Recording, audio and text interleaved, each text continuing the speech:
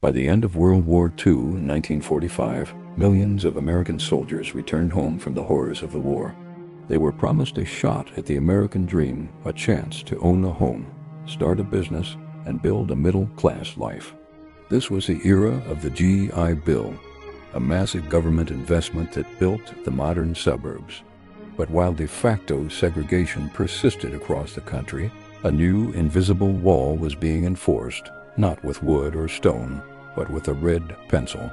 In the 1930s, during the Great Depression, the government created the Homeowners Loan Corporation to help stabilize the housing market by refinancing mortgages. To decide who was safe to lend to, they created maps of every major city. Green meant best. Blue was still desirable, but any neighborhood with a black population, even a small one, was shaded in red. This was the birth of redlining, a practice that intensified after the war. The logic was chilling. The government officially declared that black neighborhoods were a financial risk. It wasn't about the individual's credit.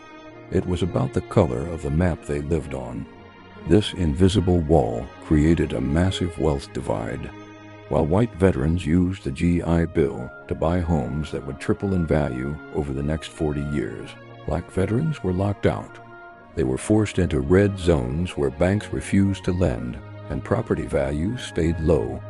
This wasn't just unfortunate, it was a calculated exclusion. The system made it impossible for one group to build equity, ensuring that the poverty of the past would be inherited by the future. The absurdity didn't end with maps. In Detroit, a developer actually built a 6-foot-tall concrete wall for half a mile just to separate a new white subdivision from a nearby black neighborhood, solely so he could get government financing. This logic of the barrier proved that even when the laws changed, the geography didn't.